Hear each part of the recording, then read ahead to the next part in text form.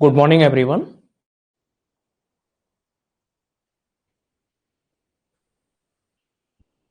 मेरा voice video clear आ रहा है बेटा सभी को?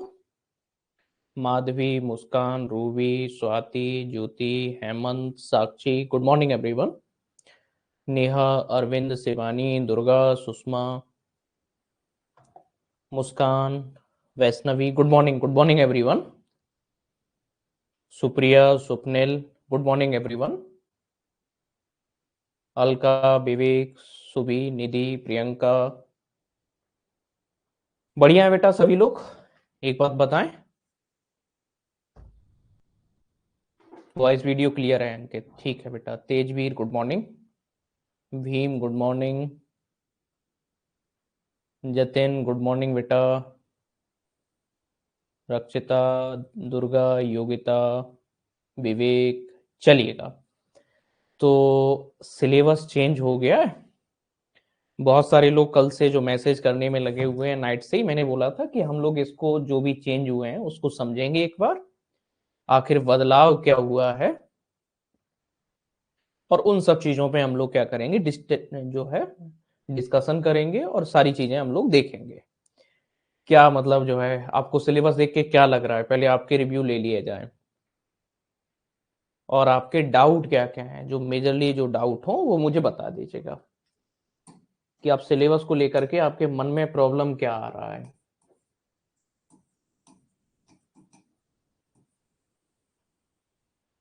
अच्छा लगा सिलेबस को देख के? अच्छा। और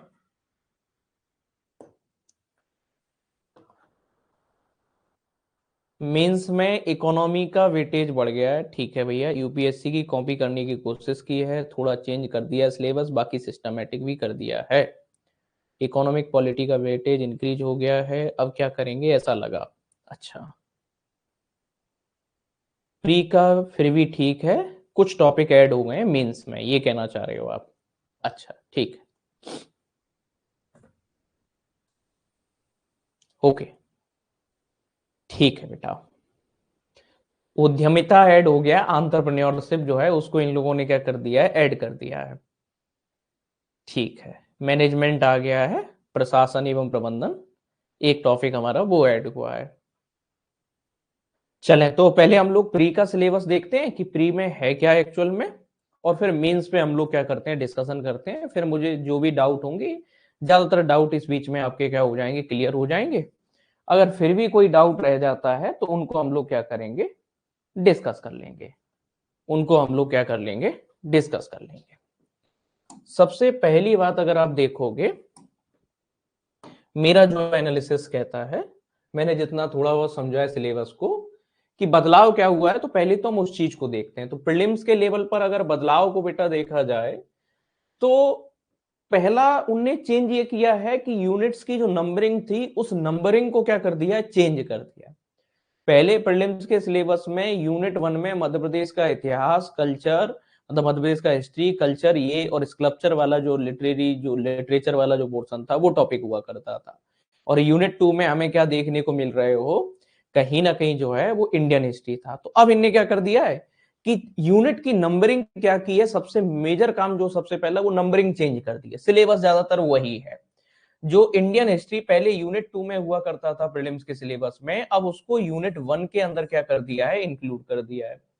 तो सबसे पहली चीज इन्होंने जो है कि पहले हमें क्या देखने को मिल रहा था कि खास तौर पे अगर आप देखोगे तो 135 जो यूनिट थी प्रीलिम्स की, वो एमपी को डेडिकेटेड थी। अब देखोगे कि एमपी वाला जो टॉपिक है वो हमें सेकंड यूनिट देखने को मिलेगी, फोर्थ यूनिट देखने को मिलेगी, और इसके अलावा 6 यूनिट देखने को मिलेगी। अब इनने एक काम और किया है, अगर पॉलिटी पढ़ रहे हो तो एमपी की पॉलिटी पढ़ लो, इंडिया की पॉलिटी एक साथ पढ़ो। इकोनॉमी पढ़ रहे हो तो इंडिया की इकोनॉमी और एमपी की इकोनॉमी एक साथ पढ़ लो। ज्योग्राफी अगर पढ़ रहे हो तो उसमें इन लोगों ने ये काम ठीक किया है, जो हम लोग लास्ट प्रीलिम्स में भी हमने जिस तरीके से पढ़ा भी था कि अगर हम पॉलिटी पढ़ रहे हैं तो साथ में जो यूनिट 5 का पॉलिटी भी डिस्कस कर ले रहे थे। तो वही मैंने रात में काम कर दिया कि आपका जो कोर्स है 2024 वाला, उसमें और चीजें सिस्टमेटिक क्या कर दी है, अरेंज कर दी है। तो जैसे यूनिट 1 में देखोगे इंडियन हिस्ट्री, पहले जो कि एमपी हिस्ट्री हुआ करता था। यूनिट 2 में एमपी हिस्ट्री जो कर दिया है, कल्चर है और लिटरेचर है। यूनिट 3 में इन लोगों ने इंडियन ज्योग्राफी कर दिया है। यूनिट 4 में अगर आप देखोगे मध्य प्रदेश का भूगोल है। यूनिट 5 में भारत की राज्य व्यवस्था और मध्य प्रदेश की राज्य व्यवस्था। यूनिट 6 में भारत की अर्थव्यवस्था और मध्य प्रदेश की अर्थव्यवस्था। और उसके अलावा यूनिट 10 जो पहले कमीशन को पूरा डेडिकेटेड हुआ करती थी, उसमें क्या कर दिया है, उसकी जगह ट्राइब्स, हेरिटेज और फोक एंड कल्चर ऑफ मध्य प्रदेश, इस चीज को क्या कर दिया, इन्हें डाल दिया है। मतलब यूनिट 6 में जो पहले कमीशन हुआ करते थे, वो यूनिट 10 में जो कमीशन हुआ करते थे पहले, उन कमीशंस को अब इन्होंने यूनिट 5 में क्या कर दिया है, ट्रांसफर कर दिया है। तो बड़े बदलाव देखोगे 7वीं 8वीं 9वीं यूनिट जो है, इनमें इन्होंने कोई खास बदलाव नहीं किया है। 8वीं यूनिट में एक चीज का बदलाव हमें देखने को मिल रहा है कि अब वहां सीधा लिख दिया है international, national and Madhya Pradesh related current affair. अब उन्होंने सीधा स्पेसिफाई नहीं किया है स्पोर्ट को, जिसको एक अलग वेटेज मिल जाता था बहुत ज्यादा क्वेश्चन आंसर में। तो अब वो प्रॉब्लम इन लोगों ने क्या कर दिया है, सॉर्ट आउट कर दिया है एक तरीके से। अगर आप देखोगे तो उस प्रॉब्लम को इन लोगों ने एक तरीके से टैकल करने की कोशिश की कि अब हम करंट अफेयर और दूसरे पोर्शंस को भी क्या देंगे, वेटेज देंगे, अगर सिलेबस में अगर आप देखोगे। बाकी यूनिट 9 में लगभग वही सब चीजें हैं। यूनिट 9 का अगर सिलेबस देखोगे तो यूनिट 9 के सिलेबस में हमें लगभग वही सारी चीजें बेटा क्या मिलेंगी, सिलेबस में देखने को मिलेंगी। तो सीधा नंबरिंग में क्या क्या बदलाव हुआ है, जहां पहले यूनिट, मतलब आप देखोगे एमपी का पहले यूनिट आती थी, अब उसकी जगह जो है इंडिया की पहले यूनिट आने लगी है। चाहे इंडिया का इतिहास हो, चाहे इंडिया का भूगोल हो, चाहे आप इंडिया की पॉलिटी हो, तो इनने जो है क्या कर दिया है, उसको रीअरेंजमेंट किया है। तो पहले ये यूनिट का सिस्टमैटिक क्रम आपको पता होना चाहिए। अब यूनिट 1 में इंडियन हिस्ट्री है, यूनिट 2 में एमपी का हिस्ट्री है, यूनिट 3 में इंडियन ज्योग्राफी, यूनिट 4 में मध्य प्रदेश का भूगोल है, यूनिट 5 में भारत की राज्य व्यवस्था और मध्य प्रदेश की राज्य व्यवस्था, यूनिट 6 में भारत की अर्थव्यवस्था और मध्य प्रदेश की राज्य व्यवस्था, यूनिट 7 में साइंस, हेल्थ और एनवायरमेंट है, यूनिट 8 में करंट अफेयर है, यूनिट 9 में इंफॉर्मेशन, कम्युनिकेशन एंड टेक्नोलॉजी है, और यूनिट 10 में अब उसकी जगह उन्होंने क्या लिख दिया है, तो हेरिटेज का एक टॉपिक, जनजातियों का एक टॉपिक जो है विरासत, और जो है लोक साहित्य, लोक संस्कृति, इन चीजों को क्या कर दिया इन्होंने, इंक्लूड कर दिया है। तो ये तो रही प्रीलिम्स के जो है अरेंजमेंट वाला मामला, कि इन्होंने नए सिलेबस में प्रीलिम्स में यूनिट को किस तरह से रीअरेंज किया है। इसमें कोई डाउट कि रीअरेंजमेंट में और नंबरिंग में, रीअरेंजमेंट और नंबरिंग में कोई डाउट भैया किसी को? 7, 8, 9 सेम नाम रखा गया है, उनको कोई नाम में बदलाव नहीं किया गया है। 7वीं 8वीं 9वीं यूनिट लगभग सेम वही कहानी है, उसके नाम में भी कोई भी परिवर्तन नहीं किया गया है। अगर 7वीं 8वीं 9वीं यूनिट देखोगे, ये हमें देखोगे। अब अगली बात देखोगे कि और क्या है हमें बेसिकली, अगर आप देखोगे तो अगर आप देखोगे कि इन्होंने जो नया सिलेबस दिया है, उस सिलेबस में थोड़ा सा टॉपिक्स को और ज्यादा एलेबोरेट कर दिया है प्रॉपर वे में। उसके अलावा इन्होंने एमपी स्पेसिफिक जो कल्चर वाला पार्ट है, उसका थोड़ा सा वेटेज, जैसे यूनिट हमें 2 में भी देखने को मिल रहा है और यूनिट 10 में भी देखने को मिल रहा है। तो अगर आप देखोगे यूनिट 2 और यूनिट 10, तो उनको देख लिया जाए तो एमपी स्पेसिफिक जो कल्चरल पोर्शन है, उसका वेटेज हमें क्या देखने को मिलेगा, थोड़ा बढ़ा हुआ देखने को मिलेगा। उसके अलावा जो इकोनॉमी वाला जो पोर्शन है, चाहे मध्य प्रदेश की अर्थव्यवस्था हो, चाहे भारत की अर्थव्यवस्था हो, पहले बड़ा छोटा सा सब टॉपिक था यूनिट 6 के अंदर, और वहां से 2 से 3 प्रश्न पूछे जाते थे। अब इस बार जो है इन्होंने स्पेसिफिकली कर दिया, मतलब 5-5 क्वेश्चन, हम लोग ऐसा मान सकते हैं कि 5 क्वेश्चन इंडियन इकोनॉमी से आने और 5 क्वेश्चन जो है वो आपके मध्य प्रदेश के इकोनॉमी से आने हैं। उसके अलावा यूनिट 10 जो है, जिसमें कमीशन हुआ करते थे, उसको मर्जअप कर दिया गया है किसके साथ में, इंडियन पॉलिटी के टॉपिक्स के साथ में। मतलब यूनिट 5 में उसको क्या कर दिया गया है, मर्जअप कर दिया गया है। वर्ल्ड ज्योग्राफी इन्होंने डायरेक्टली सिलेबस में नहीं लिखा है उसका, जैसे अगर आप देखोगे 3rd यूनिट का हेडिंग डाला है इन्होंने इंडियन ज्योग्राफी, लेकिन फिर भी हमें वर्ल्ड ज्योग्राफी के टॉपिक देखने को मिलेंगे, जैसे El Nino topic, southern oscillation यानी कि दक्षिणी दोलन। जब मैं ये टॉपिक पढ़ा रहा था आप लोगों को ज्योग्राफी में, कई लोगों को लगा था कि सर ये टॉपिक क्यों पढ़ा रहे हो। अब आप देखिएगा, अपने ज्योग्राफी के नोट्स उठा के देखोगे, वहां सीधा ये टॉपिक आपको देखने को मिल जाएगा। सदर्न ऑसिलेशन हो, इंडियन डाइपोल हो, ये सारे टॉपिक हमने अलग अलग करके क्या किए हैं, वहां पे डिस्कस किए हैं। अगर आपने जो ज्योग्राफी में क्लाइमेटोलॉजी हम लोग डिस्कस कर रहे थे, तो वहां पे देखोगे आपके नोट्स में ये प्रॉपर आपको दिख जाएंगे, तो इनको आपको लेके परेशान नहीं होना है कि भैया ये टॉपिक क्या है, आप पहले से पढ़ के रखे हुए हो उनको, इनको पहले से ही आप लोगों को क्या कर दिया गया है, पढ़ा दिया गया है। तो आप देखोगे सिलेबस में यूनिट नंबर 3 में उनने इंडियन ज्योग्राफी लिखा है, ना कि वर्ल्ड ज्योग्राफी।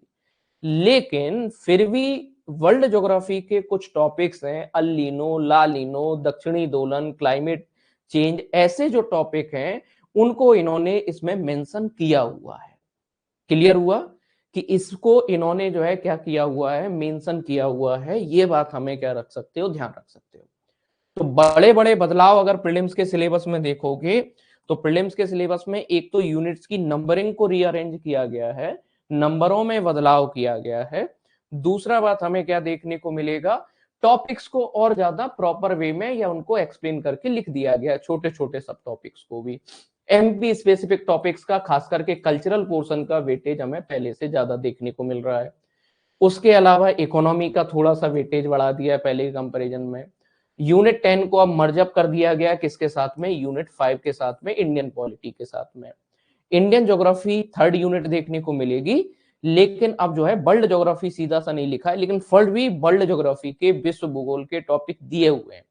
और मेरी पर्सनली राय ये रहेगी कि भले ही इनने लिखा नहीं है सिलेबस में, लेकिन अगर आपने पहले से पढ़ के रखा है, हमारे साथ में ज्योग्राफी कवर करके रखी है, तो उनका रिवीजन जरूर करें।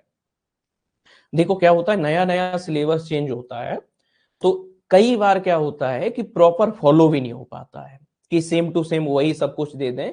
तो ऐसा नहीं मान के चलो कि अब ये तो आना ही नहीं है कोई क्वेश्चन, ऐसा कभी नहीं सोचना है आपको। पहले तो प्राइमरली जो सिलेबस दिया है उसको हम पूरा तैयार करें। हमारी पहले मेन कोशिश क्या होना चाहिए, जो जो चीजें सिलेबस में दी गई हैं उनको हम पूरी तैयार करें। फिर एक्स्ट्रा हमने अगर पहले से पढ़ के रखा है तो उसको रिवाइज करने में क्या हर्ज है हमारे पास में, उस चीज को रिवाइज करने में हमें कोई दिक्कत नहीं होनी चाहिए। उस पर आपने मेहनत किया है, पहले से पढ़ा है, तो उन टॉपिक्स को कई बार क्या होगा, डायरेक्टली नहीं क्वेश्चन पूछा जाएगा, इनडायरेक्टली प्रश्न क्या हो जाएगा, आपका बन जाएगा। ये बात को आपको क्या करना है, समझ के चलना है भैया, ये चीज को जो है थोड़ा ध्यान रखना है। अब देखिएगा, इतना क्लियर हुआ। अब अगर आप देखोगे सिलेबस में, खास तौर पे अगर आप देखा जाए तो यूनिट 1 देखोगे, तो यूनिट 1 में हिस्ट्री ऑफ इंडिया दिया हुआ है इन लोगों ने। अब हिस्ट्री ऑफ इंडिया जो इन लोगों ने दिया हुआ है, उसमें सीधे इन्होंने टॉपिक्स के नाम लिख दिए, concept and ideas related with the ancient Indian knowledge tradition, यानी कि प्राचीन भारतीय ज्ञान परंपरा से संबंधित संकल्पनाएं और विचार। उसके अलावा भारतवर्ष क्या है, वेद, उपनिषद, आरण्यक, ब्राह्मण ग्रंथ, षड दर्शन, स्मृति, ऋतु, सभा, समिति, गणतंत्र यानी कि रिपब्लिक, वर्णाश्रम, पुरुषार्थ, ऋण संस्कार, पंच महायज्ञ, ये अभी मेंस में हमने कुछ क्वेश्चन भी दिए थे यहाँ से, यज्ञ कर्म आदि, ये सब चीजें जो है पहला सब टॉपिक है। दूसरा सब टॉपिक देखोगे, एंशिएंट एंड मिडाइवल इंडिया के प्रमुख जो इंसिडेंट हुए हैं, हिस्टोरिकल इंसिडेंट हुए हैं, उनको हमें डिस्कस करना है। प्राचीन एवं मध्यकालीन भारत के इतिहास की प्रमुख विशेषताएं और घटनाएं, और उनमें प्रशासनिक, सामाजिक और आर्थिक क्या क्या व्यवस्थाएं हुआ करती थी, मतलब वो एंशिएंट और मिडाइवल का पूरा उन्होंने पॉलिटिकल हिस्ट्री, सोशल और एडमिनिस्ट्रेटिव हिस्ट्री और इकोनॉमिक हिस्ट्री को क्या कर दिया है, इंक्लूड कर दिया है। इसके अलावा भारत की सांस्कृतिक विरासत, कला, प्रारूप, साहित्य, पर्व एवं उत्सव, मतलब यूनिट 1 में इस बार उन्होंने लिख दिया है इंडियन कल्चर, इसको भी आपको देख करके जाना है, यहां से भी वो आपसे प्रश्न पूछ सकते हैं। फिर 18th एंड 20th सेंचुरी में सोशियो रिलीजियस रिफॉर्म मूवमेंट, सीधा एक टॉपिक हम लोग पिछली बार भी पढ़ रहे थे।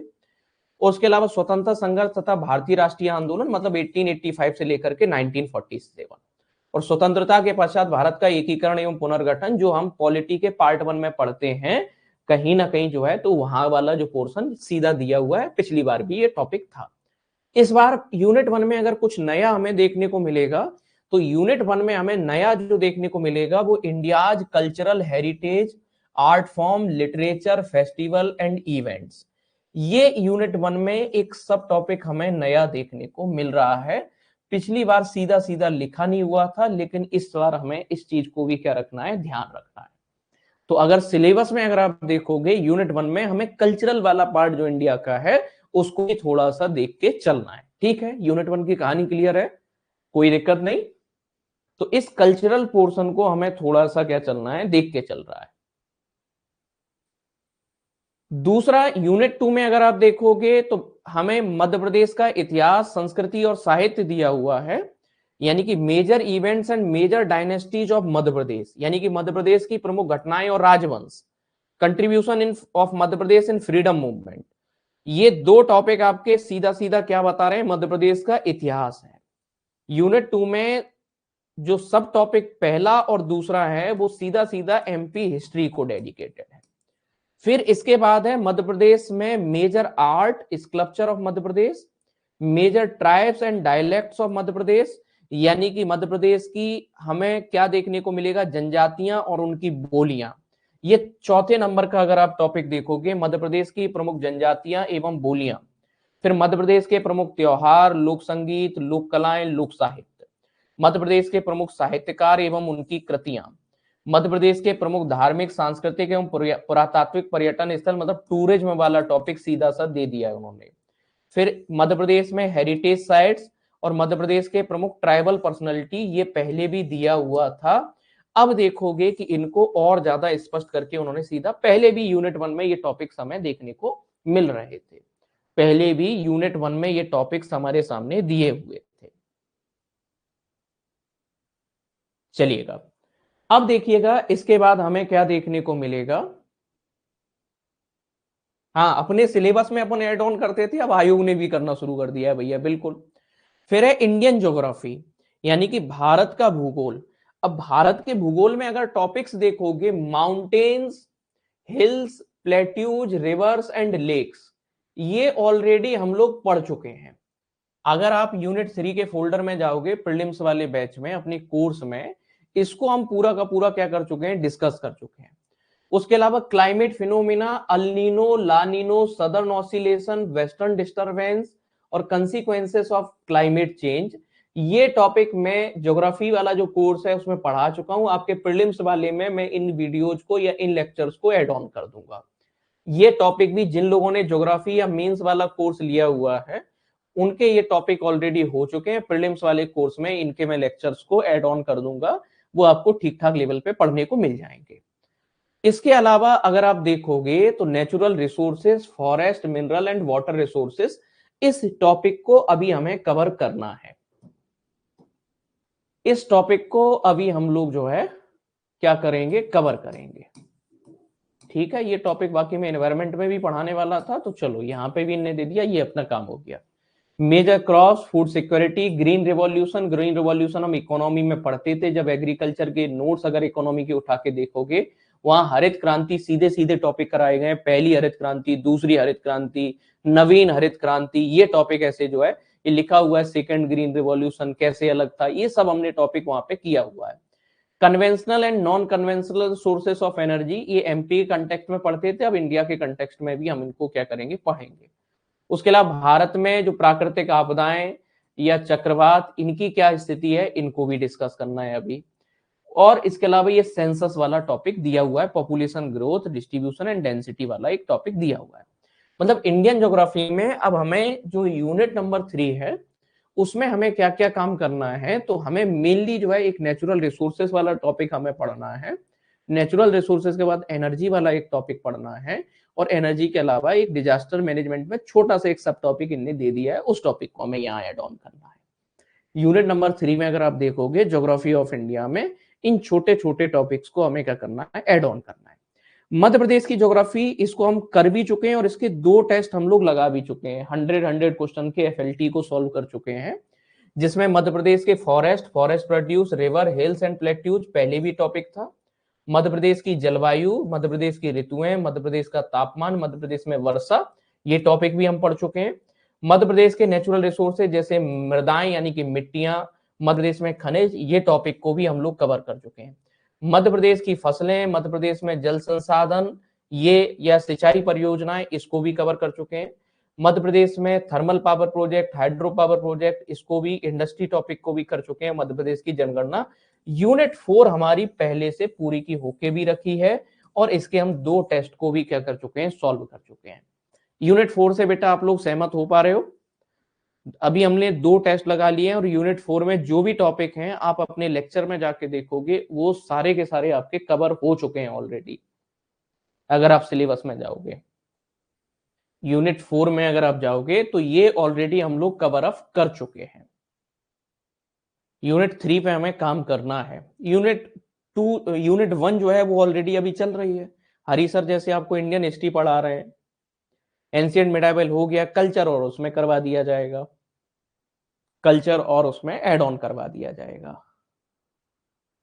क्लियर?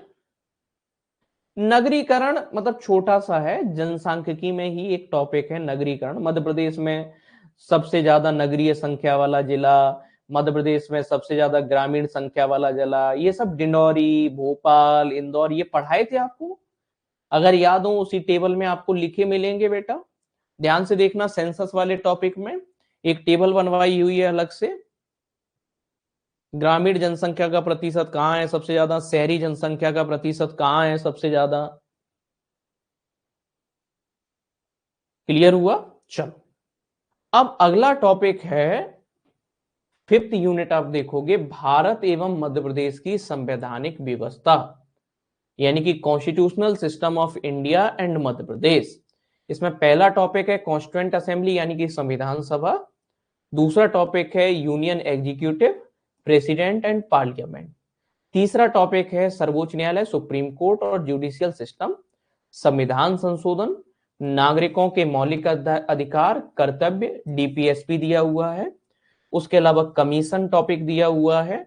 तो अगर इंडियन पॉलिटी में देखा जाए तो इसमें से एक पार्लियामेंट टॉपिक को छोड़ दिया जाए तो आपको यूनिट 5 के फोल्डर में जाओगे, सारे टॉपिक इंडियन पॉलिटी के आपके कवर मिलेंगे।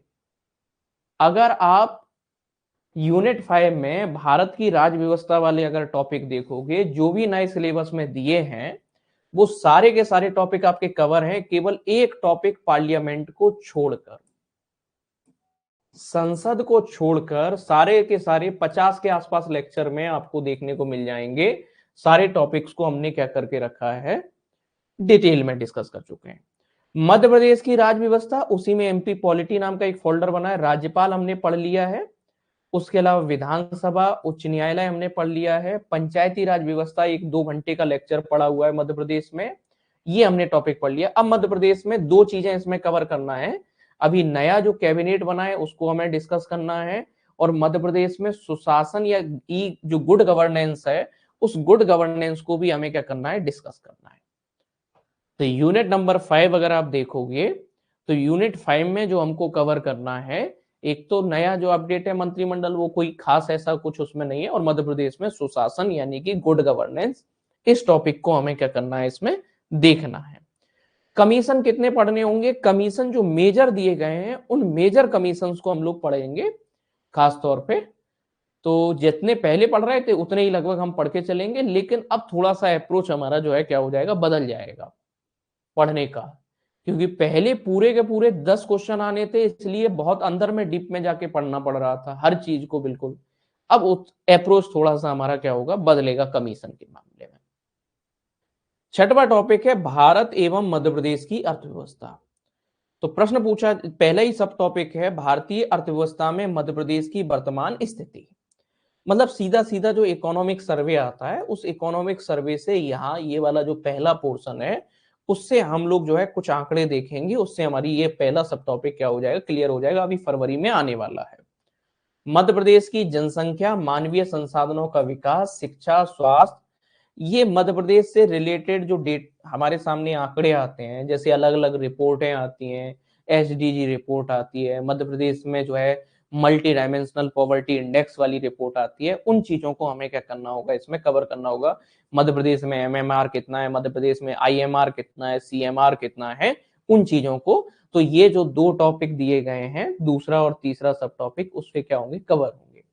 मध्य प्रदेश में कृषि उद्योग, तो कृषि पर आधारित उद्योग ऑलरेडी हम लोग यूनिट 4 में भी कवर किए और वही सेम टॉपिक दे दिया है।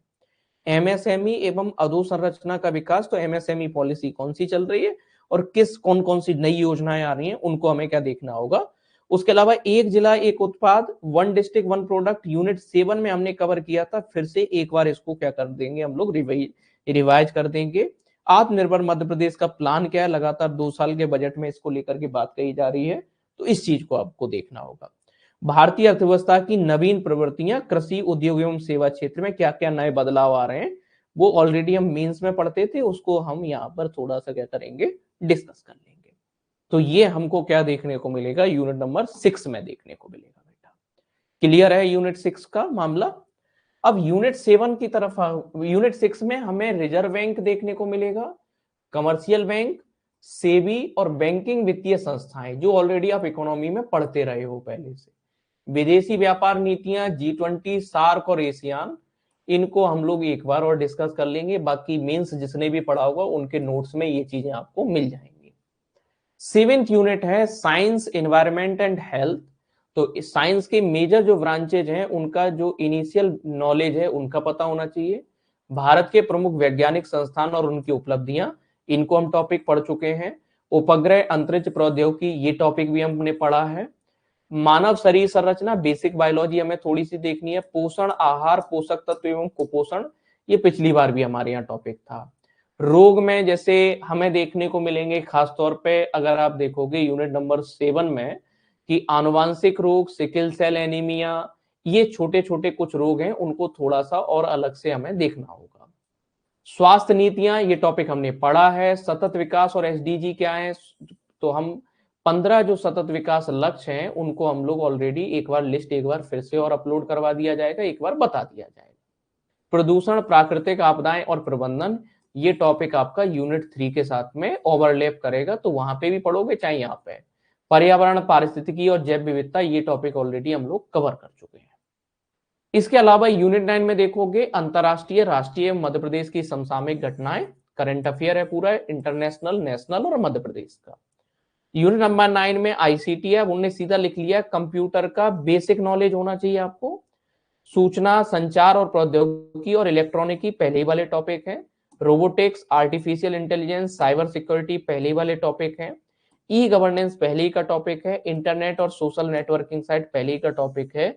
ई कॉमर्स इन्होंने अब सिलेबस में सीधा सीधा नहीं लिखा है, लेकिन फिर भी जो है वो B2B, B2C, C2B ऐसे प्रश्न वो पूछ सकते हैं, तो इसको इग्नोर करना भी हमारे लिए अच्छा नहीं होगा, ये बात भी ध्यान रखना है। अब देखो यूनिट नंबर 10 में जनजातियां जो यूनिट 2 में बताई गई थी उनको थोड़ा सा और अलग से लिखा है।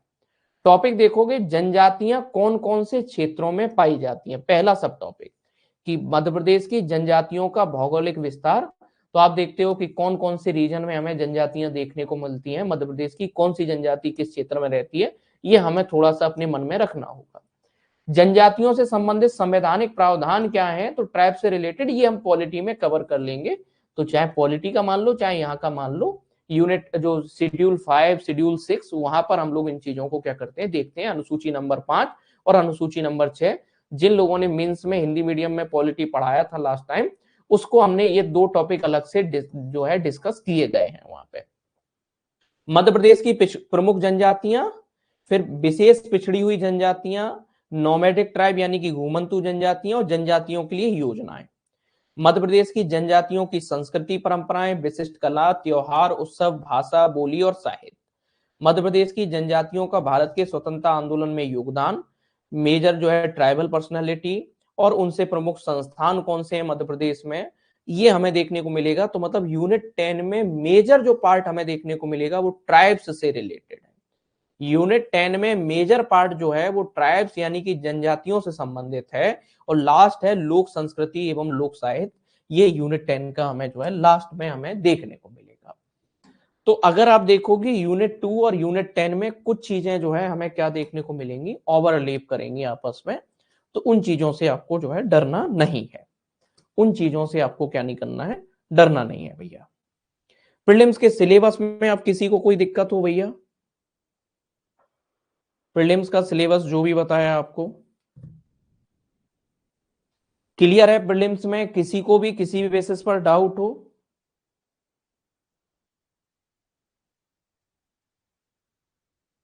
किसी को भी किसी बेसिस पर डाउट हो बेटा प्रीलिम्स को सिलेबस को लेकर के? ट्रांसपोर्ट भले ही नहीं दिया है लेकिन फिर भी पढ़ेंगे हम लोग उस चीज को। छोटा सा टॉपिक है, 20-25 मिनट रिवीजन में लगते हैं ट्रांसपोर्ट में, तो आपने पढ़ लिया है, उसको छोड़ना नहीं है। किसी ना किसी टॉपिक से वो इंटर रिलेट कर देंगे, फिर क्या करोगे? समझ रहे हो? तो जो पढ़ लिया है उसे तो भूलना ही नहीं है, मतलब कोशिश ये करनी है, वो तो हमारे काम की चीज है ही, जो पढ़ लिया है पहले से। नहीं, कमीशन कहाँ रिमूव किए हैं बेटा, मैं कब कह रहा हूं? अभी शुरुआती स्लाइड में ये बताई थी बात आप लोगों को, सबसे शुरुआत में अगर आप देखोगे, कमीशंस जो हैं उनको क्या कर दिया गया है, कहीं ना कहीं जो है यूनिट 5 के साथ में मर्ज अप कर दिया गया है। उनके साथ में क्या कर दिया गया है, मर्ज अप कर दिया गया है यूनिट 5 के साथ में।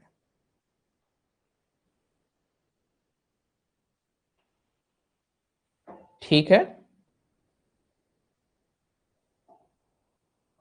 देखो बेटा एक बात बताऊं, जब भी सिलेबस चेंज होता है तो जो थोड़े से सिंसियर लोग होते हैं उनके सिलेक्शन के चांस बढ़ जाते हैं। अब क्या होगा कि जो पुराने लोग हैं ना, जो पहले से सिलेक्टेड लोग हैं, जो हर बार, जैसे आपने देखे हो कई सारे लोग 2020 में भी सिलेक्ट हुए, 2019 में भी सिलेक्ट हुए, फिर से अभी मेंस दिया। अब क्या हो रहा है, क्योंकि उन्हें चीजें रट गई थी, उन्हें टिप्स पे याद हो गई थी मेंस वाले सेक्शन में खास तौर पे, तो सिलेबस का बदलना जो है एक अच्छी चीज होती है। नए लोगों को एंटर होने का मौका मिलता है, और पुराने जो लोग हैं, जो लंबे समय से, बहुत लंबे समय से लगे हुए हैं, 8-8 साल 10-10 साल, जिनके लिए चुटकियों का खेल हो गया था, उनके लिए जो है ये रेस थोड़ी सी अब जो है मुश्किल हो जाएगी। जो नए लोग हैं, जो दूसरी बार, पहली बार, तीसरी बार जो अभी समझ ही पाए पूरा जो है चीजों को, उनके लिए बहुत बढ़िया है। ये होना जरूरी होता है सिलेबस में, जैसे 2014 में पहले चेंज हुआ था, फिर 2019 में चेंज हुआ था, 2019 के बाद जो हमें देखने को मिलेगा अब 2024 में। अब अगला टाइम तक जो है, मतलब सीधा सा 1 से 2 साल में सिलेक्शन ले लो, तब तक जो है आगे अपना काम हो जाएगा। सिलेक्शन मतलब सिलेबस चेंज होना मतलब सिलेक्शन की तरफ आपको बढ़ावा मिल रहा है भैया। जो थोड़ा उस डायरेक्शन में काम कर लेगा उसका सिलेक्शन पक्का है, ये बात तय है। समझ गए? अब देखो भैया, मेंस की तरफ चले हम लोग। प्रीलिम्स के सिलेबस में कोई डाउट नहीं किसी को?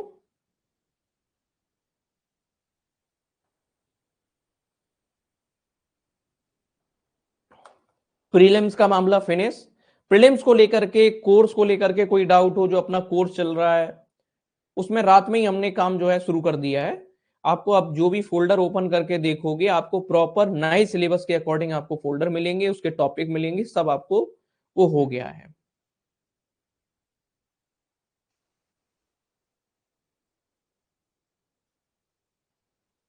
क्लियर? चलिएगा, अब मेंस का सिलेबस अगर आप देखोगे तो मेंस के मामले में बदलाव क्या हुआ है, इस चीज को हम देखते हैं। मेंस के मामले में सबसे पहले पूर्णांक में या टोटल मार्किंग में बदलाव किया गया है, कि आप देखोगे अब मेंस जो है वो कितने का हो गया, 1500 नंबर का, जो कि पहले कितना हुआ करता था, 1400 नंबर का हुआ करता था। अब मुख्य परीक्षा जो है वो कितने की हो गई है, 1500 अंकों की हो गई है। उसके अलावा इंटरव्यू जो 175 मार्क्स का हुआ करता था, अब इंटरव्यू के लिए 185 मार्क्स कर दिए गए हैं।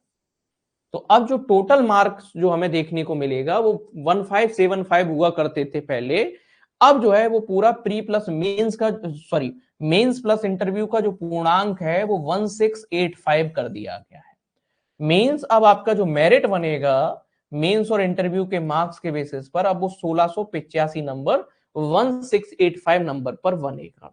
सबसे पहला जो है वो टोटल मार्क्स के बेसिस पर चेंज किया गया है, कि अब मेंस जो है वो आपका टोटल 1500 अंकों का होगा, और इंटरव्यू जो है वो 185 मार्क्स का होगा, यानी कि 185 अंकों का होगा। इस चीज को आपको क्या रखना है, ध्यान रखना है। तो अब मेंस टोटल कितना, 1500 मार्क्स, और इंटरव्यू जो है 185 मार्क्स, 1685 मार्क्स का अब आपका टोटल ये एग्जाम हो गया है मेंस और इंटरव्यू का। क्लियर भैया? मार्किंग का पहले ये वाला जो है टोटल मार्किंग का हमें पता होना चाहिए बदलाव क्या हुआ है। दूसरी बात अगर आप देखोगे हमारे यहां पर, दूसरा बात ये देखने को मिलेगा कि खास तौर पे अगर आप देखोगे कि पहले क्या था, कि जो पेपर 4 हुआ करता था, अब उस पेपर 4 को कितने नंबर का कर दिया गया है, 300 मार्क्स का। जो 200 का हुआ करता था उसे अब 300 मार्क्स का कर दिया गया है। 100 नंबर जो बड़े हैं मेंस के पेपर में, वो पेपर 4 की वजह से अगर आप देखने को मिलेगा, तो अब चारों पेपर शुरुआत के पेपर 1, पेपर 2, पेपर 3 और पेपर 4, ये चारों पेपर कितने के कर दिए गए? 300 मार्क्स के। ये बात बेटा याद रखना है, चारों पेपर 300 मार्क्स के, मतलब 1200 मार्क्स के शुरुआत के 4 पेपर हो गए हैं। इसके अलावा आपका 5वां पेपर जो हिंदी वाला है वो 200 ही अंक का है, और निबंध वाला जो पेपर है वो 100 अंक का है, और निबंध के लिए अब टाइमिंग कितना कर दिया गया है? 2.5 घंटे कर दिया। ये बात याद रखना है, टाइमिंग थोड़ी सी जो है हमें देखने को मिलेगी। तो निबंध वाले पेपर के लिए टाइमिंग जो है वो कितना कर दिया गया? 2.5 आवर्स। तो ये बात हमें देखने को मिलेगा। तो ये क्लियर हुआ भैया? तो 5वां पेपर अब जो है हिंदी का कर दिया गया है, 6वां पेपर जो वो सेम कहानी है, निबंध का टाइमिंग निबंध की जो है चेंज हो गई है। एथिक्स का पेपर अब जो है कितने का कर दिया गया? 300 मार्क्स का। क्लियर हुआ? तो ये मार्किंग वाला। अब देखो दूसरी बात समझिएगा, दूसरी बात ये समझना है बेटा आपको कि पहले जो क्वेश्चन पूछे जाते थे पेपर 1, 2, 3 में, वो क्वेश्चन पूछे जाते थे 3 मार्कर, 5 मार्कर और 11 मार्कर। पहले जो क्वेश्चन पूछे जाते थे वो हमें देखने को मिलेगा 3 मार्कर, 5 मार्कर और 11 मार्कर, ये 3 तरह के प्रश्न पूछे जाते थे। अब पेपर 1, 2, 3 में 3 मार्कर की बजाय 2 मार्कर क्वेश्चन आएगा, 3 अंक वाले प्रश्न की बजाय 2 नंबर वाला प्रश्न पूछा जाएगा, जिसके लिए मैक्सिमम 20 शब्दों में आपको लिखना होगा। 5 नंबर वाले की बजाय अब 7 नंबर का क्वेश्चन आएगा, 7 मार्कर क्वेश्चन आएगा, जिसमें 50 की जगह अब 60 वर्ड में आपको आंसर लिखना होगा। मतलब पहले 5 नंबर में हमारा आंसर पूरा हो नहीं पाता था 50 शब्दों में, अब थोड़ा सा हमें क्या मिल गया? वेटेज ज्यादा मिल गया। और 11 मार्कर की जगह उन्होंने 10 मार्कर क्वेश्चन कर दिया है, जिसमें हमें कितने? 200 वर्ड्स लिखने होंगे। तो अब 3, 5, 11 की बजाय 2, 7, 10 ये फॉर्मूले को क्या कर दिया गया है? ऑप्ट कर दिया गया है। तो 3, 5, 11 की बजाय हमें क्या देखने को मिलेगा? कहीं ना कहीं जो है 3, 7 और 10 वाला फॉर्मूला पेपर 1, 2, 3 में अप्लाई कर दिया गया है। तो पेपर 1, 2, 3 में ये वाला फॉर्मूले को क्या कर दिया गया है? अप्लाई कर दिया गया है। एक सेकेंड रुकना बेटा, एक सेकेंड रुकिएगा।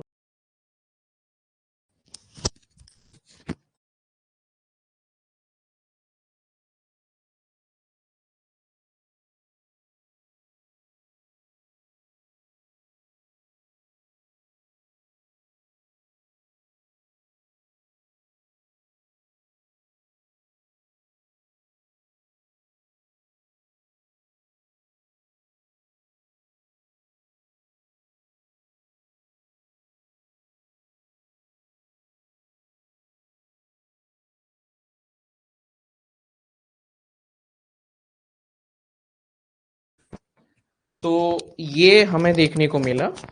अब देखो अगली बात समझिएगा कि अब क्या देखने को मिलेगा कि 2 मार्कर, 7 मार्कर और 10 मार्कर हमें क्वेश्चन दे दिए गए हैं। पेपर 4 में आपको क्या देखने को मिलेगा? 300 मार्क्स का कर दिया गया है। 300 मार्क्स में 2 मार्कर, 7 मार्कर, 11 मार्कर और 18 मार्कर जो है केस स्टडी रहेगी। तो 2 नंबर को 20 शब्दों में लिखना है, 7 नंबर वाला 60 शब्दों में, 11 मार्कर वाला 200 वर्ड्स में, और इसके अलावा केस स्टडी को भी क्या कर दिया गया? इन्होंने अलग से दे दिया गया है। 150 मार्क्स के 2 सेक्शन बना दिए गए। पेपर 4 में भी हमें देखने को मिलेगा 150 नंबर के इन्होंने 2 सेक्शन बना दिए गए हैं। ये बात भी आपको देखने को मिलेगी। ठीक, ये मार्किंग वाला सिस्टम क्लियर है पहले कि अब इन्होंने मार्किंग का क्या बदलाव किया? पेपर 6 200 नंबर का है 2 घंटे में, सॉरी पेपर 5 हिंदी वाला 200 नंबर का है 2 घंटे में, पेपर 6 निबंध वाला 100 मार्क्स का है, 2.5 घंटे में आपको करना होगा। ये पहले पूरी कहानी समझ में आई भैया? लिखने का तरीके में क्या है? तो अब 3 मार्कर में की जगह 2 मार्कर, 5 मार्कर की जगह 7 मार्कर, 11 मार्कर की जगह 10 मार्कर इनने क्वेश्चन कर दिए हैं। इसमें कोई दिक्कत नहीं है? पक्का? अब देखो खास एक मेजर क्या क्या बड़े बदलाव हुए हैं उन चीजों को समझिएगा। बदलाव ये हुए हैं कि अगर आप देखोगे सिलेबस को ध्यान से, नया वाला जो इकोनॉमी पहले पेपर 2 में हुआ करता था, अब उस इकोनॉमी को 150 अंक का, किसमें पहले 30 नंबर का दे रहे थे, अब 150 मार्क्स का किसमें कर दिया है, पेपर 3 में। पेपर 3 जो साइंस एंड टेक बहुत बड़ी प्रॉब्लम बनी हुई थी लोगों की, विज्ञान तकनीकी एवं जन स्वास्थ्य वाला जो पूरा विज्ञान और तकनीक हुआ करता था 300 नंबर का, अब उसको जो है 150 मार्क्स कर दिए हैं।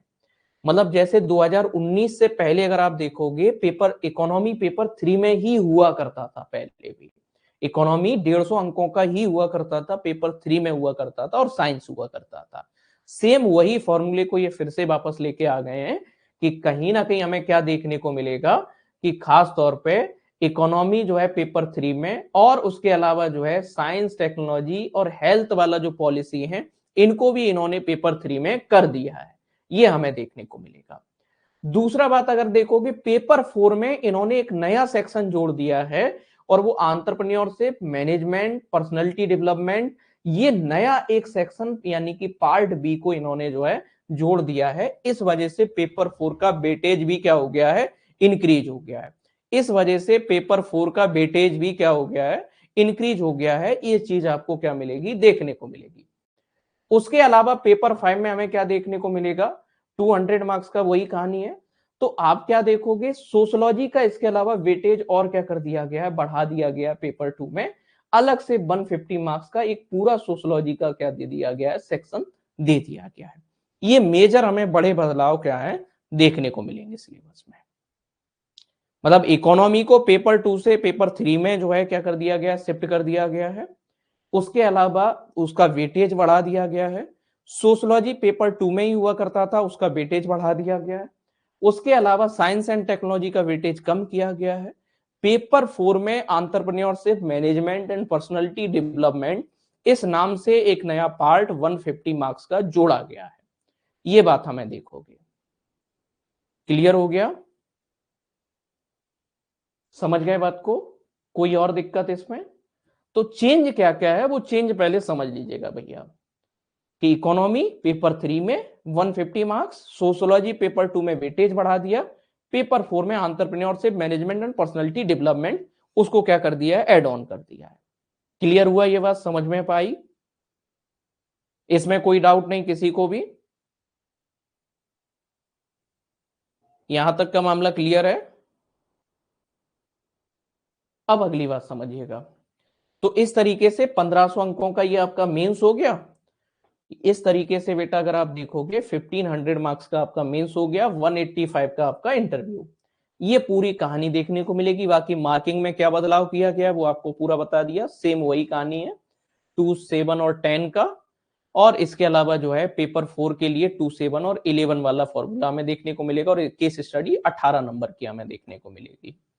ये इस तरीके से इन्होंने पूरा किया है। निबंध वही 50 नंबर अंक का निबंध है, दूसरा निबंध 20 का कर दिया गया है, प्रारूप लेखन 15-15 नंबर के कर दिए गए हैं, जो 12.5 नंबर के हुआ करते थे। देखो पहले ये 25 का हुआ करता था, सेकंड जो निबंध है जो 500 शब्द वाला, उसको 20 कर दिया गया है, 15-15 अंकों के प्रारूप लेखन कर दिए गए हैं, जो कि पहले 12.5 के हुआ करते थे, जो कि 12.5 के हुआ करते थे। ये हमें देखने को मिलेगा। क्लियर, इस बात को समझ पाए आप सभी लोग? इस चीज में कोई डाउट हो किसी को?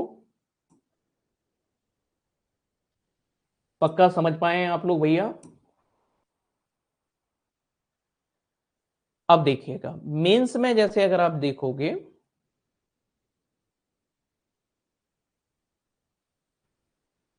कोई दिक्कत नहीं है, यहाँ पे ये पीडीएफ मिल जाएगी, मैं अपलोड करवा दूंगा। बाकी प्रीलिम्स का मैंने टाइप करके आप लोगों को अपलोड करवा ही दिया है, नाइट में ही टेलीग्राम जो चैनल है अपना वाला, उस टेलीग्राम चैनल पे अपलोड कर दिया। ये सब कुछ जो है टाइप करवा के भी किया गया। मेंस वाला भी अभी आपको मिल जाएगा इवनिंग तक प्रॉपर अरेंज होके।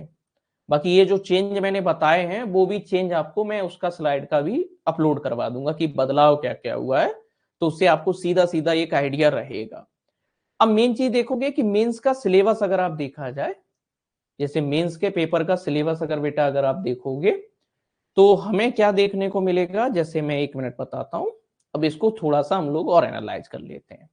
जैसे पेपर 1 है, अब पेपर 1 में 2 पार्ट होंगे पहले की तरह।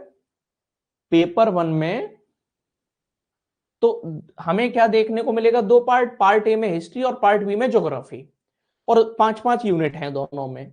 पार्ट ए के यूनिट 1 में अगर आप देखोगे इंडियन हिस्ट्री यानी कि भारत का राजनीतिक, आर्थिक, सामाजिक एवं सांस्कृतिक इतिहास लिखा हुआ है, जो कि हड़प्पा इंडस वैली सिविलाइजेशन से 10th सेंचुरी तक, जो कि पहले भी लिखा हुआ था। अब बदलाव क्या हुआ इसमें समझिएगा कि पहले क्या था बेटा कि यूनिट 1 और 2 जो दिए गई थी सिलेबस में, वो यूनिट 1 थी एंशिएंट हिस्ट्री को डेडिकेटेड और यूनिट 2 थी मिडाइवल हिस्ट्री को।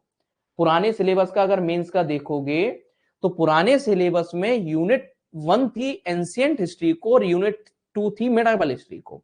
अब नए सिलेबस में एंशिएंट और मिडाइवल दोनों एक सिंगल यूनिट में कर दिया गया है। ध्यान से देखना है भैया कि अब नए सिलेबस में बेटा अगर आप देखोगे तो एंशिएंट और मिडाइवल हिस्ट्री को दोनों को एक सिंगल यूनिट में कर दिया गया है। क्लियर है ये बात कि अब एंशिएंट और मिडाइवल हिस्ट्री दोनों को सिंगल यूनिट में पहली यूनिट में कर दिया है। यूनिट 2 जो है जिसमें मध्य प्रदेश का हिस्ट्री स्पेशली लिख दिया गया है कि मध्य प्रदेश में जो है प्रोटो हिस्ट्री, प्री हिस्ट्री वाला जो पीरियड है, प्राग ऐतिहासिक और आद्य ऐतिहासिक काल, मध्य प्रदेश के प्रमुख राजवंश जो है, जो गर्दविल है, नाग, औलीकर, परिव्राजक, उच्चकल्प, गुर्जर प्रतिहार, कलचुरी, चंदेल, परमार, तोमर, कच्छपगात, इनको जो है अब किसमें दे दिया है, यूनिट 2 में दे दिया है।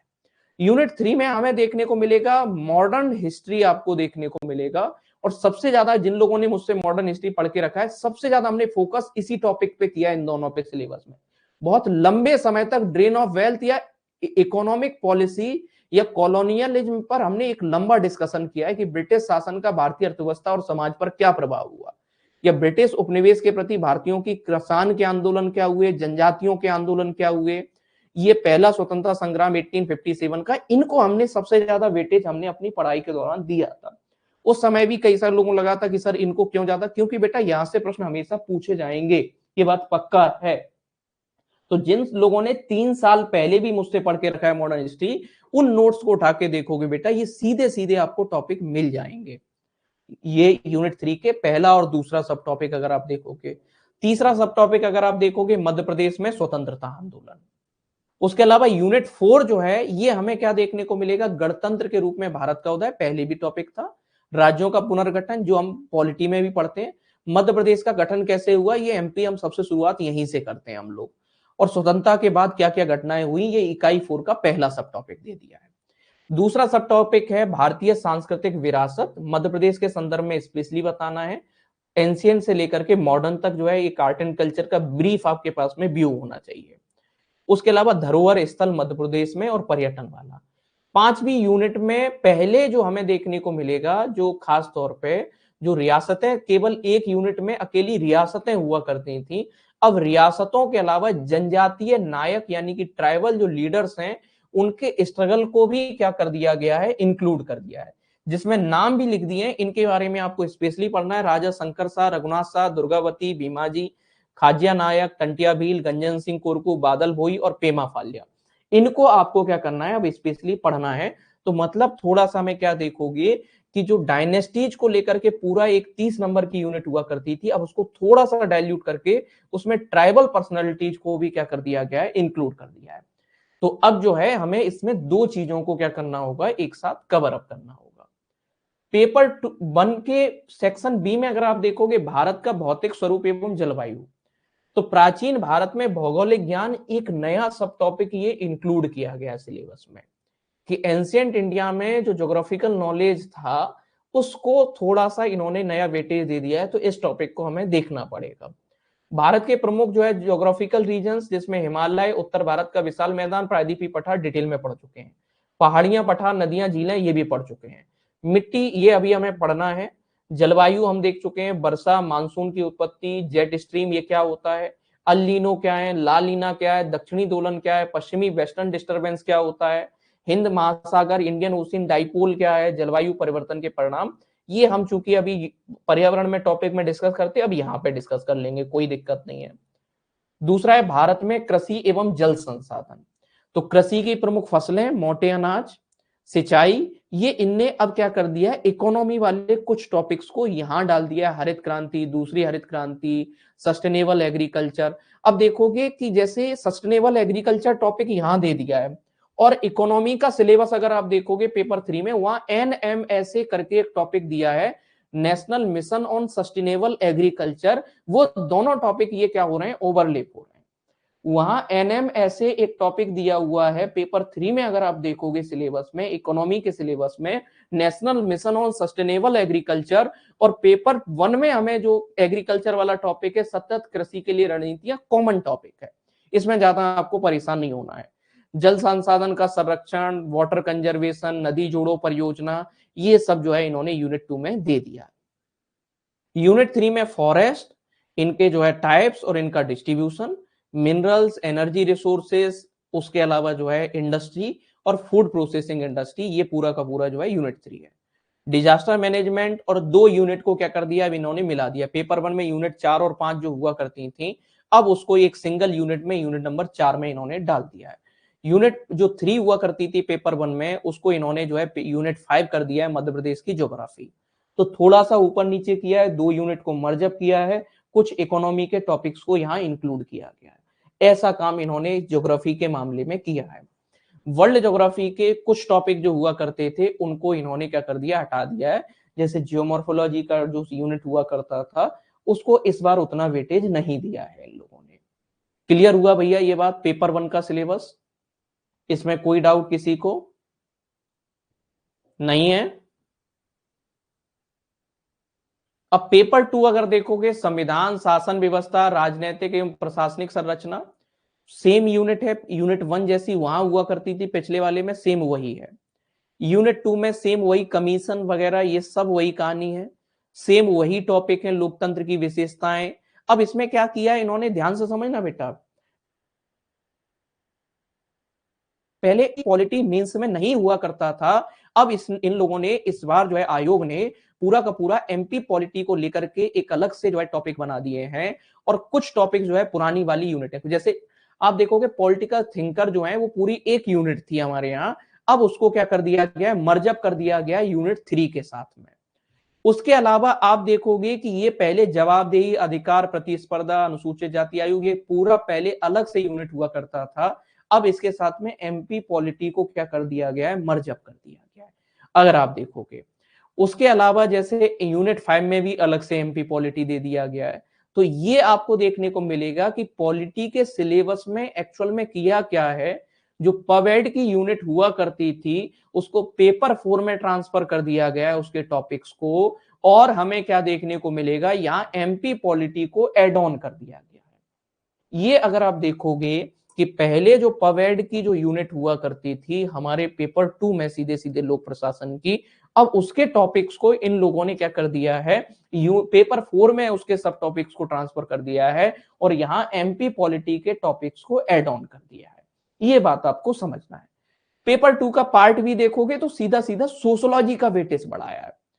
पेपर 2 का पार्ट भी अगर आप देखोगे तो हमें क्या देखने को मिलेगा, सोशोलॉजी, जैसे समाजशास्त्र की आधारभूत अवधारणा कि कुटुंब क्या है, परिवार क्या होता है, नातेदारी क्या होता है, वंश क्या होता है, गोत्र परंपरा क्या है, समुदाय, संस्था, संस्कृति, मानदंड, मूल्य, ये सब जो है सोशोलॉजी का टॉपिक है, पहला वाला। दूसरा वाला भी सोशोलॉजी का टॉपिक है, भारतीय समाज में विविधता और चुनौतियां।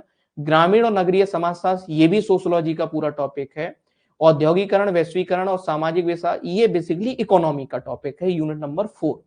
तो 90 नंबर की सीधी हमें सोशोलॉजी देखने को मिलेगा। ये वाला जो टॉपिक है, ये हमें इकोनॉमी, जो हमारा खासतौर पे अगर आप देखोगे, इकोनॉमी और सोशोलॉजी का एक मिक्सअप टॉपिक है, यूनिट नंबर 4, जिसमें ग्लोबलाइजेशन, उसके अलावा इंडस्ट्रियलाइजेशन और सोशल डेवलपमेंट, और इसके अलावा पॉपुलेशन, ये टॉपिक एक तरीके से हमें, या इसको ह्यूमन ज्योग्राफी में भी कुछ लोग इंक्लूड मान लेते हैं, मानव भूगोल के अंतर्गत, वो हमें देखने को मिलेगा। मानव संसाधन विकास और सामाजिक कल्याण की योजनाएं पहले भी यूनिट थी हमारे यहाँ, इस बार भी यूनिट है 5वें नंबर की। तो आप देखोगे पार्ट बी में बदलाव क्या हुआ, इकोनॉमी नहीं है इस बार पार्ट बी में पेपर 2 के। दूसरी बात हमें क्या देखने को मिलेगा, सोशोलॉजी का वेटेज क्या कर दिया गया है, बढ़ा दिया गया है। इस चीज को आपको क्या रखना है, ध्यान रखना है। पार्ट 3 में आप पेपर 3 में आप देखोगे, पार्ट ए में इकोनॉमी है, जैसे भारतीय अर्थव्यवस्था के मौलिक पहलू, प्रमुख विशेषताएं, India developed India at the rate 2047, अभी एक नया विजन आया, वो रिपोर्ट हमें सीधी पढ़नी होगी। कृषि, उद्योग और सेवा क्षेत्र का कंट्रीब्यूशन क्या है जीडीपी के मामले में, नेशनल इनकम के मामले में, ये क्वेश्चन है। नेशनल इनकम का पूरा टॉपिक पहले का जैसा ही है। फसलें और क्रॉपिंग पैटर्न, ये थोड़ा सा ज्योग्राफी का टॉपिक है, हम इसको अलग से पढ़ना होगा। यही एग्रीकल्चर का टॉपिक हम पढ़ते हैं, घटती उत्पादकता, किसान संकट, मौसम पे क्यों निर्भरता है। पीएम किसान योजना हम पहले भी पढ़ते चले आ रहे थे। National mission on sustainable agriculture और एग्रीकल्चर रिलेटेड योजनाएं हमने पहले भी पढ़ के रखी हैं। एमएसपी कैसे डिसाइड होता है, कृषि मूल्य नीति, ये हमने पूरा फॉर्मूले पढ़े हैं। मार्केटिंग क्या होता है, एग्रीकल्चर में फाइनेंसिंग के तरीके क्या है, वो क्वेश्चन है। उसके अलावा एग्री स्टार्टअप और एग्री जो है प्रोसेसिंग इंडस्ट्री, ये टॉपिक नया ऐड हुआ है। औद्योगिक नीतियां और औद्योगिक विकास, ये हमने इंडस्ट्री में पढ़ा हुआ है वहां पे पहले से। मेक इन इंडिया ये पढ़ा हुआ है, उसको थोड़ा सा इसमें चीजों को ऐड ऑन करना होगा। टूरिज्म जो है अभी हम टॉपिक नहीं पढ़ते थे, इकोनॉमी में टूरिज्म को इस बार ऐड ऑन कर दिया गया।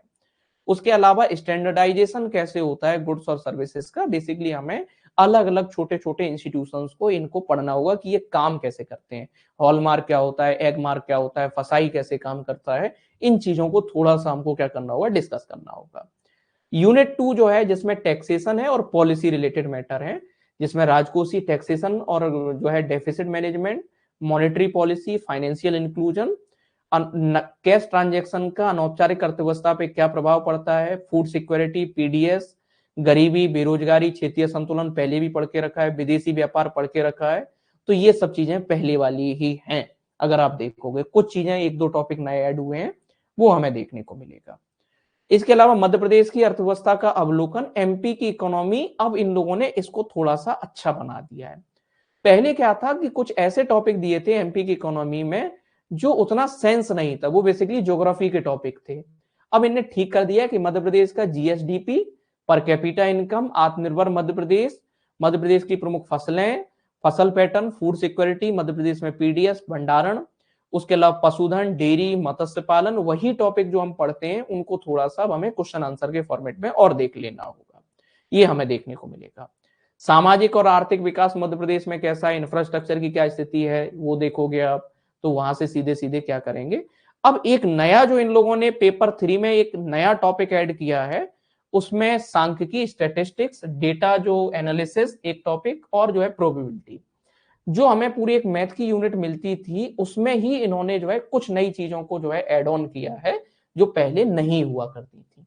ये सोशियोलॉजी में भी, इकोनॉमी में भी, हर जगह पढ़ते हैं हम लोग, टेबल, चार्ट, ग्राफ, कैसे डेटा को इंट्रोड्यूस करना होता है, कैसे बताया जाता है, तो वो सब चीजें एक पूरी की पूरी इन लोगों ने क्या कर दिया है, यूनिट को बना दिया है।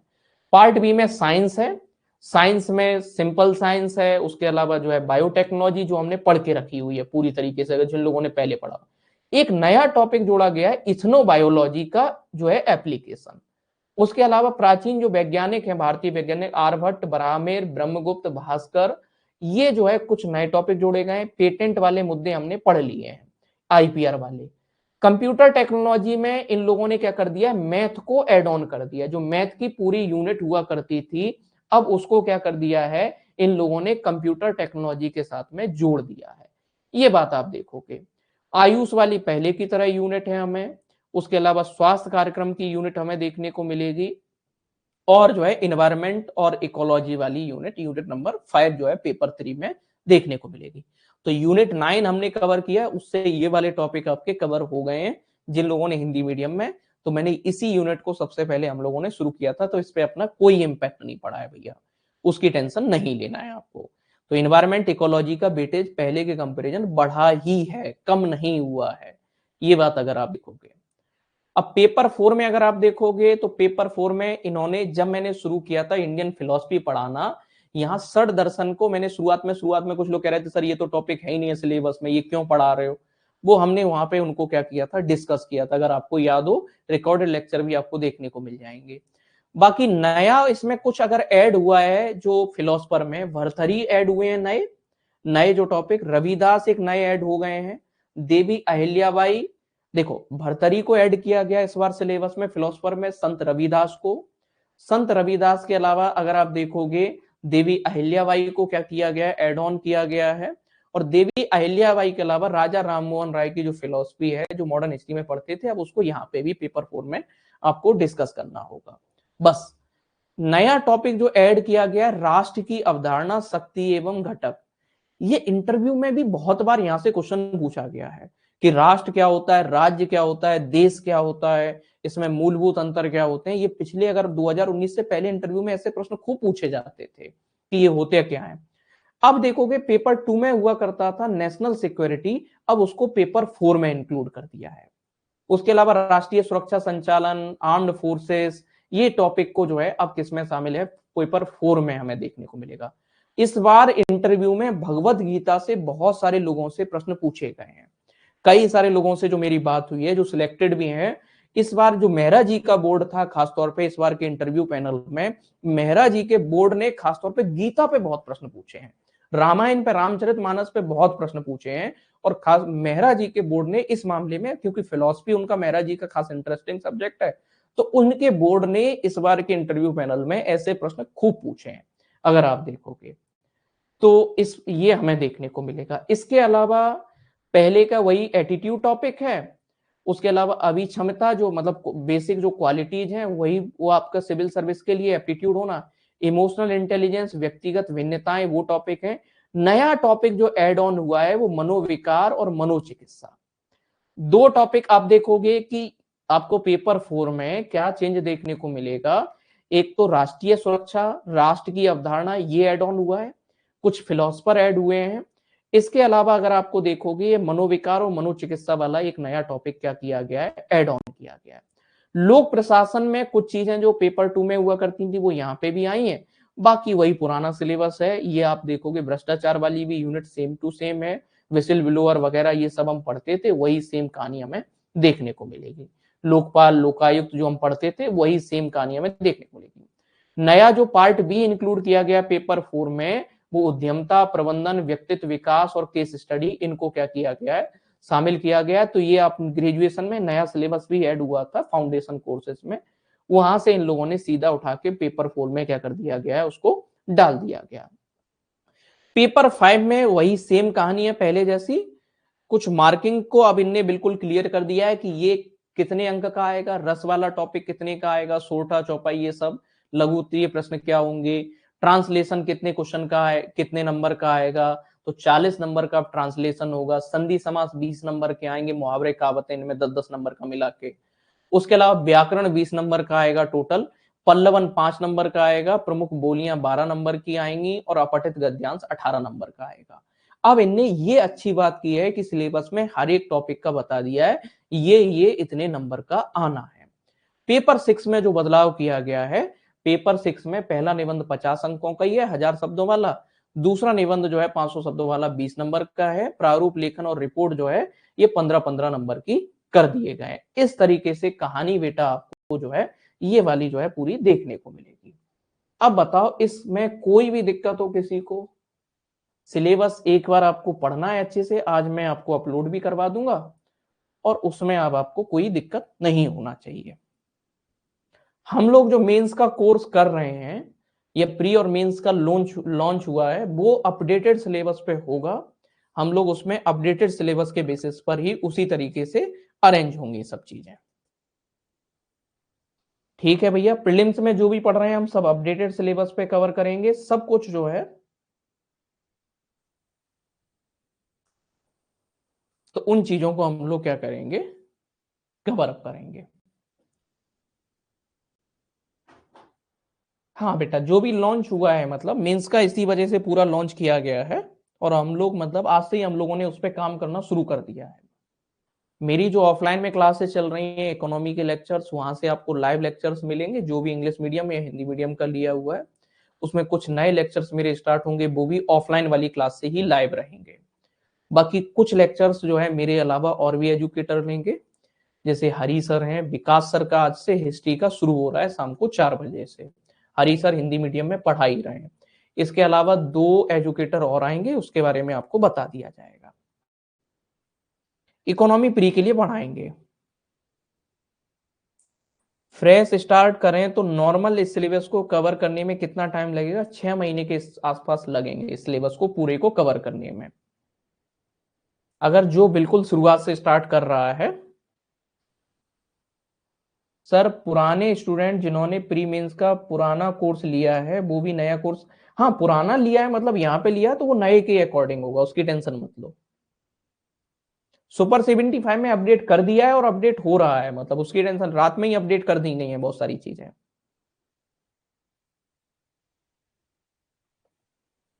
ठीक है,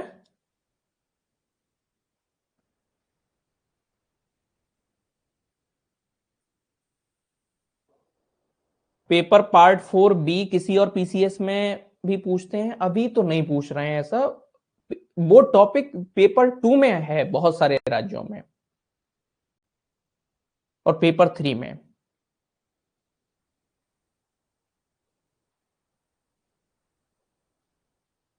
ठीक है भैया, जो भी नए टॉपिक होंगे मैं एक बार और बता दूंगा, क्योंकि अभी थोड़ा सा एक मतलब बहुत सारी चीजों पे अभी हमें भी सोचना है। अभी एक आपको एक आउटलाइन दिया है पूरे सिलेबस का, अभी और सारी चीजों पे हम लोग धीरे धीरे और अपडेट करते रहेंगे आपको। सर जी जैसे हमने कोर्स का रखा है मेंस का, तो वो उसको कैसे क्या करें, इधर उधर भी कर दे उसको, अभी अब 1-2 दिन का टाइम दो, सब चीजें नए सिलेबस के अकॉर्डिंग उसमें चेंज हो जाएंगी, सब चीजें उसमें चेंज हो जाएंगी। जो भी नए टॉपिक ऐड हुए हैं उनकी सुपर 75 में, प्री में जो भी नए टॉपिक हैं वो तो होंगी क्लास, क्यों नहीं होंगे भैया। मेंस ज्वाइन कर सकते हैं कि नहीं, अभी 1-2 दिन रुक जाना आप लोग, जो पुराने वाले लोग हैं मैं एक बार देख लूंगा, अगर आप लोगों के लिए कुछ कूपन वगैरह जनरेट हो सकता है, पुराने जिन लोगों ने पुराने कोई कोर्स लेके रखे हैं, तो अभी थोड़ा सा 1-2 दिन रुक जाना। ठीक है भैया, अभी परचेज मत करना। तो ये मुझे मतलब एक बार व्हाट्सएप कर देना मुझे, क्योंकि आप लोग कर लेते हो फिर मतलब मुझे भी अच्छा नहीं लगता है कि इतना पैसा आप लोग बर्बाद करो, तो मैं इसलिए नहीं चाहता हूं। ठीक, तो एक बार मुझे मैसेज कर देना, हमारे हम लोग जो है कांटेक्ट कर लेंगे आपसे।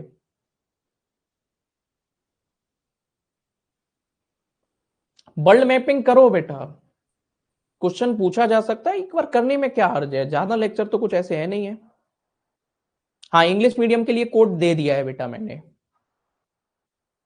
हाँ Rahul Jain pre plus mains का लिया है, सुपर 75 ऑलरेडी है उसमें, टेंशन मत लो, सुपर 75 ऑलरेडी है उसमें।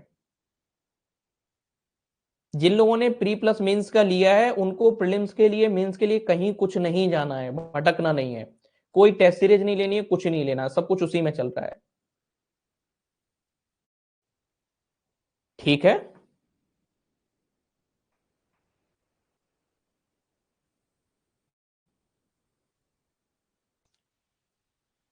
चलिएगा, हाँ मैं उसी बेसिस पे मैं देख लूंगा, जो भी जिसका होगा मैं करवा दूंगा, उसकी टेंशन मत लो। ठीक, थैंक यू एवरीवन। मतलब पैसा अपना मेन टारगेट नहीं है भैया, ये मैं पहले ही से शुरुआत से बोलता रहा हूं, और बहुत सारे लोगों को करवाया भी है और अभी करवा भी देते हैं, तो उसकी टेंशन मत लेना आप लोग। हाँ 2 दिन में बता दूंगा, 1 दिन का 2 दिन का थोड़ा टाइम दे दो। ठीक, थैंक यू एवरीवन, फिर अभी के लिए इतना ही बेटा, थैंक यू एवरीवन।